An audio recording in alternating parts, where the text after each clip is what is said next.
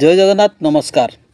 आसतु नजर पकेबा मयूरभंज जिलार आज top news update कौन कौन सब रही किंतु तापूर्व आपण मानक गोटे अनुरोध वीडियोटी को संपूर्ण देखंतु आ जो मैंने प्रथम करी चैनल को आछंती सब्सक्राइब करंतु जाफल प्रत्येक नूतन वीडियो नोटिफिकेशन आपण सर्वप्रथम पाई परिबे। आज प्रथम खबर तमिलनाडुर पंडिचेरी में दादन खटिबा जाइथिबा जैनिक 22 वर्षीय युवकंकर मर शरीर मंगलवार राति 7:30 समय निजर पैतृक गाँ बेतनटी थाना अधीन दहीकोठी ग्रामर सारिया गाँव में पहुंची। मृतक जनक होउचंती सारिया ग्रामर हरिश्चंद्र पात्र एवं सरस्वती पात्रंकर एकमात्र पुओ शिबू पात्र। शिबू पंडिचेरीर एक घरोई कंपानी श्रमिक भाव में काम करथिले। कौनसी कारणरू सेठारे रविवार राति तांकर मृत्यु घटिथिबा बेले मंगलवार राति 7:30 समय एक स्वतंत्र आम्बुलांस जोगे मृतदेह सारिया गाँव में पहुंची। तेबे एकमात्र पुओ शिवुंकर वियोग में अंचल शोकर छाया खेली जाइथिबा बेले मोर शरीर को देखि गाँव में शोकाकुल परिवेश सृष्टि होइथिला। परवर्ती खबर 8 नंबर जातीय राजपथ धनपुर ठारे मंगलवार अपराह्न 3:30 समय बालेश्वर चालाण होउथबा 1000 लिटर चोरा पेट्रोल एवं पिकअप भैन को जबत करी यह बेआईन कारबार जड़ित 2 जन को गिरफ्त करछि बेतनटी पुलिस। गिरफ अभियुक्त माने हेउचंती कोड़ियाला थाना अधीन अदापाल ग्रामर मृत्युंजय पात्रर पुओ कालीपद पात्र एवं से कोड़ियाला थाना अधीन तितिरी ग्रामर गौरव बेहरार पुओ सिपुन बेहरा। हस्तगत सूचना मुताबक चोरा पेट्रोल चालाण होउथबा खबर पाई बेतनटी थाना आईआईसी सुस्मिता महांत सदल बले एक पिकअप भैन को पिछा करथिले। 8 नंबर जातीय राजपथ धनपुर ठारे संजय कांडिया नाम पंजीकृत थिबा OR11G 5837 नंबर विशिष्ट पिकअप भैन को काबू करिवारे सफल होइथिबा बेले सेथिरे 5टी प्लास्टिक बारेल रे पेट्रोल भर्ती थिबार देखिबाकू मिलिथिला। ए नै पिकअप भैन चालक शक्तिपद एवं सिपुन कौनसी कागजपत्र देखाई पारि नथिले। बेतनटी पुलिस ए नै 158 नंबर एक मामला रुजु करी पिकअप भैन एवं लाक्षाधिक टंकार पेट्रोल जबत करिबा सहित 2 अभियुक्तों को गिरफ्त करिछि। बुधवार स्वास्थ्य परीक्षा पर उभय अभियुक्तों को कोर्ट चालाण करा जायछि। तेबे प्राथमिक तदंत रु 2 अभियुक्त बालेश्वर जिला हलदीपदा स्टेशन अंचल को यही पेट्रोल चोरार चालाण होउथबा सुराक मिलिथिबा बेले एने अधिक तदंत जारी रही। परवर्ती खबर बांगरीपसी स्थित दुआरशेणी घाट रे कार को पिटला ट्रक अल्पके वर्तिले यात्री। मयूरभंज जिलार बांगरीपसी ब्लॉक दे जाइथिबा 49 नंबर जातीय राजपथ उपर अवस्थित दुआरशेणी घाट रे एक ट्रक विपरीत दिगरु आसथिबा एक कार को धक्का देथिला। तेबे कारटी सामान्य नष्ट होइता बेले कार रे थिबा यात्री अल्पके वर्ती जाइथिले। घटनास्थल रे बांगरीपसी पुलिस पहुंची घटनार अधिक तदंत जारी रखछि। परवर्ती खबर ठाकुरमुंडा अंचल रे संपर्कीय भाउज सह परकीया प्रीति कारणरू गर्भवती पत्नी को हत्या करदेले स्वामी एवं भाउज। मयूरभंज जिला ठाकुरमुंडा थाना अंचल जैनिक 7 मासर गर्भवती महिला 7 तारिख सन्देहजनक मृत्यु घटना रे परदा उठाई ठाकुरमुंडा पुलिस। स्वामी निजे ता प्रेमिक भाउज सह मिसी स्त्री को हत्या करने कथा थाना रे स्वीकार करछि। परकीया प्रीति पाई हत्या करी आत्महत्यार रूप देइथिला स्वामी। जड़े संपर्किया भाउज सह अनैतिक प्रेम संपर्क गढ़ी उठिथिबा कथा स्त्री जानिबा परे याकू विरोध करथिला।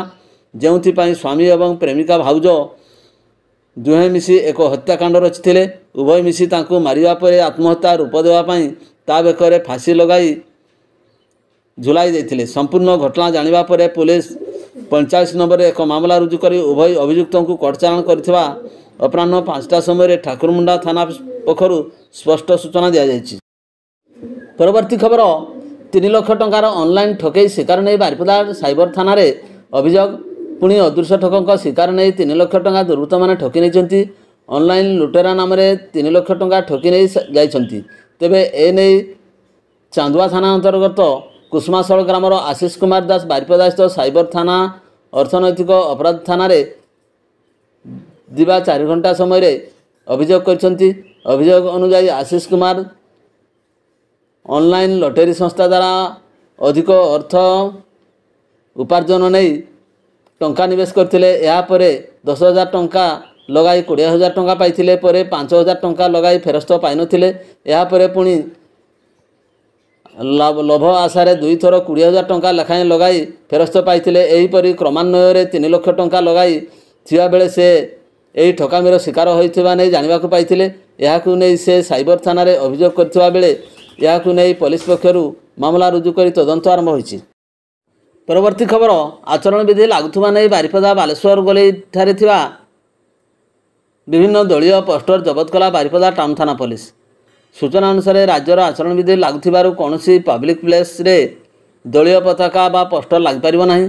ତେବେ ରବିବାର ରାତି ପ୍ରାୟ 10ଟା ସମୟରେ ବାରିପଦା ସଦରସ୍ଥିତ ବାଲେଶ୍ୱର ଗୋଲେଇଠାରେ କିଛି ଦଳୀୟ ପତାକା ଏବଂ ପୋଷ୍ଟର ଲାଗିଥିବାର ଅଭିଯୋଗ ହୋଇଛି। ତେବେ ଏହି ଅଭିଯୋଗ ହେବା ପରେ ବାରିପଦା ଟାଉନ ପୋଲିସ ପହଞ୍ଚି ଦଳୀୟ ପତାକା ଏବଂ ପୋଷ୍ଟରକୁ ଜବତ କରିଥିବାର ସୂଚନା ମିଳିଛି। ପରବର୍ତ୍ତୀ ଖବର, ପାଲବଣୀସ୍ଥିତ ଲେବର ଅଫିସ ସମ୍ମୁଖରେ ଜଣଙ୍କ ଘରୁ ବେଆଇନ ମଦ ଜବତ, ଜଣେ ଗିରଫ।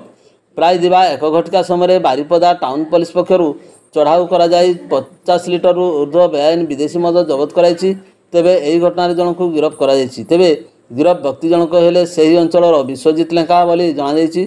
ତେବେ ତାଙ୍କୁ ପୋଲିସ ଗିରଫ କରିଥିବାର ସୂଚନା ମିଳିଛି। ପରବର୍ତ୍ତୀ ଖବର, ଲୋକସଭା ଏବଂ ବିଧାନସଭା ନିର୍ବାଚନ ଲାଗି ଅଧିକ ମାନବ ସମ୍ବଳର ଆବଶ୍ୟକତା ରହିଥିବା ଦୃଷ୍ଟିରୁ ସରକାରୀ ଅଧିକାରୀ ଏବଂ କର୍ମଚାରୀଙ୍କର ଭୂମିକା ଗୁରୁତ୍ୱପୂର୍ଣ୍ଣ। ଏହାଦ୍ୱାରା ନିର୍ବାଚନ ପରିଚାଳନା ସହଜ ହୋଇଥାଏ। କିନ୍ତୁ ଏ କ୍ଷେତ୍ରରେ 22ଟି ଉଚ୍ଚ ବିଦ୍ୟାଳୟ କର୍ମଚାରୀମାନଙ୍କର ତଥ୍ୟ ଲୁଚାଇଥିବା ଅଭିଯୋଗ ଉପରେ ମୟୂରଭଞ୍ଜ ଜିଲ୍ଲା ଶିକ୍ଷାଧିକାରୀଙ୍କ ଜିଲ୍ଲା ନିର୍ବାଚନ ଅଧିକାରୀ ତଥା ଜିଲ୍ଲାପାଳ କାରଣ ଦର୍ଶାଅ ନୋଟିସ୍ ଜାରି କରି କୈଫିୟତ ତଲବ କରିଛନ୍ତି। ସମସ୍ତ କର୍ମଚାରୀଙ୍କ ତଥ୍ୟ ଲୁଚାଇଥିବା ନେଇ ଲୋକପ୍ରତିନିଧି ଆଇନ 1951 ନିୟମାବଳୀ ଅନୁଯାୟୀ କାହିଁକି କାର୍ଯ୍ୟାନୁଷ୍ଠାନ ଗ୍ରହଣ କରାନଯିବ ବୋଲି ମୟୂରଭଞ୍ଜ ଜିଲ୍ଲା ଶିକ୍ଷା ଅଧିକାରୀ ପୂର୍ଣ୍ଣଚନ୍ଦ୍ର ସେଠୀଙ୍କୁ ଜିଲ୍ଲା ନିର୍ବାଚନ ଅଧିକାରୀ ଦତ୍ତାତ୍ରେୟ ଭାଉ ସାହେବ ସିନ୍ଧେ ଗତ 13 ତାରିଖ ନୋଟିସ୍ ଜାରି କରିଥିବା ଜଣାଯାଇଛି। କାରଣ ଜିଲ୍ଲା ଶିକ୍ଷା ଅଧିକାରୀଙ୍କ ଦ୍ୱାରା ଦାଖଲ କରାଯାଇଥିବା କର୍ମଚାରୀଙ୍କ ତଥ୍ୟ ତାଲିକାରେ ତାଙ୍କ ଅଧୀନରେ 22ଟି ହାଇସ୍କୁଲର ଶିକ୍ଷକ, ଶିକ୍ଷୟିତ୍ରୀ ଏବଂ କର୍ମଚାରୀ ନିର୍ବାଚନ ପରିଚାଳନା ପାଇଁ ନିୟୋଜିତ ହୋଇନଥିବା ଜଣାପଡ଼ିଛି। ଜିଲ୍ଲାପାଳଙ୍କ ଦ୍ୱାରା ପଠାଯାଇଥିବା ନୋଟିସ୍ ପାଇବାର ଦିନକ ମଧ୍ୟରେ ସ୍ପଷ୍ଟୀକରଣ ନ ପହଞ୍ଚିଲେ ଏକତରଫା ଭାବେ ଜିଲ୍ଲା ଶିକ୍ଷା ଅଧିକାରୀଙ୍କ ବିରୋଧରେ କାର୍ଯ୍ୟାନୁଷ୍ଠାନ ଗ୍ରହଣ କରାଯିବ ବୋଲି ମଧ୍ୟ ଉଲ୍ଲେଖ କରାଯାଇଛି। ପରବର୍ତ୍ତୀ ଖବର, କରଞ୍ଜିଆ ବ୍ଲକ କୁଳପୋଷି ପଞ୍ଚାୟତ ରୁଢ଼ଙ୍ଗ ଗ୍ରାମର ଉତ୍ତମ କୁମାର ନାୟକ ବୟସ 27 ବର୍ଷ ମୋଟରସାଇକେଲ ଯୋଗେ କରଞ୍ଜିଆରୁ ଠାକୁରମୁଣ୍ଡା ରାସ୍ତାରେ ନିଜ ଗାଁକୁ ଫେରୁଥିଲେ। ଅନୁରୂପ ଭାବେ କରଞ୍ଜିଆ ବ୍ଲକ ରସମତଳା ପଞ୍ଚାୟତର ରସମତଳା ଗାଁର ବାଦଲ ବାରିକ ବୟସ 23 ବର୍ଷ ନିଜ ଗାଁରୁ ବାହାରୁଥିଲେ। ରସମତଳା ଛକ ନିକଟରେ ସନ୍ଧ୍ୟା ପ୍ରାୟ 7ଟା ସମୟରେ ଉଭୟଙ୍କ ବାଇକ୍ ମୁହାଁମୁହିଁ ଧକ୍କା ହେବାରୁ ଉଭୟ ଗୁରୁତର ଆହତ ହୋଇଛନ୍ତି। ନିକଟସ୍ଥ ଲୋକେ ଉଭୟଙ୍କୁ ସଙ୍ଗେ ସଙ୍ଗେ କରଞ୍ଜିଆ ଉପଖଣ୍ଡ ଚିକିତ୍ସାଳୟରେ ଭର୍ତ୍ତି କରିଥିଲେ। ତେବେ ଉଭୟଙ୍କ ଅବସ୍ଥା ଗୁରୁତର ହେବାରୁ ସେମାନଙ୍କୁ ଚିକିତ୍ସା ଲାଗି କେନ୍ଦୁଝର ଜିଲ୍ଲା ମୁଖ୍ୟ ଚିକିତ୍ସାଳୟକୁ ପରିବାର ଲୋକେ ସ୍ଥାନାନ୍ତରିତ କରିଛନ୍ତି। ପରବର୍ତ୍ତୀ ଖବର, ବଡ଼ସାହି ବ୍ଲକର ବିଭିନ୍ନ ସ୍ଥାନରେ ଭାରତୀୟ ଜନତା ପାର୍ଟି ବିଜେପି ପକ୍ଷରୁ ବିଶାଳ ବାଇକ୍ ଶୋଭାଯାତ୍ରା କରାଯାଇଛି।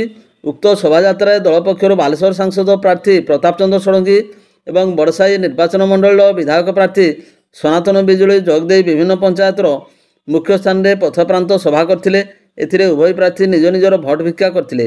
ଅନ୍ୟମାନଙ୍କ ମଧ୍ୟରେ ବଡ଼ସାହି ବିଧାନସଭା କ୍ଷେତ୍ର ସଂଯୋଜକ ପ୍ରଦୀପ କୁମାର ପରିଡ଼ା, ବ୍ରଜମୋହନ ବେହେରା, ଭବାନୀ ଶଙ୍କର ସାହୁ, ପ୍ରଭାତ ଜେନା, ସାଂସଦ ପ୍ରତିନିଧି ଶଶି ଶେଖର ପଣ୍ଡା, 35 ନମ୍ବର ଜୋନ୍ର ମଣ୍ଡଳ ସଭାପତି ରାଜକିଶୋର ସାହା, 36 ନମ୍ବର ମଣ୍ଡଳ ସଭାପତି ରତିକାନ୍ତ ମହାନ୍ତ, 24 ନମ୍ବର ଜୋନ୍ର ସୁଭାଷ ଦ୍ୱିବେଦୀ ଏବଂ 23 ନମ୍ବର ଜୋନ୍ର ଶିବଶଙ୍କର ପଣ୍ଡା, ବଡ଼ସାହି ମଣ୍ଡଳ ଦୀପକ କୁମାର ବାରିକ ପ୍ରମୁଖ କର୍ମକର୍ତ୍ତା ଉକ୍ତ ବାଇକ୍ ଶୋଭାଯାତ୍ରାରେ ଯୋଗ ଦେଇଥିଲେ। ଭିଡ଼ିଓଟିକୁ ଶେଷ ପର୍ଯ୍ୟନ୍ତ ଦେଖିଥିବାରୁ ଅନେକ ଅନେକ ଧନ୍ୟବାଦ।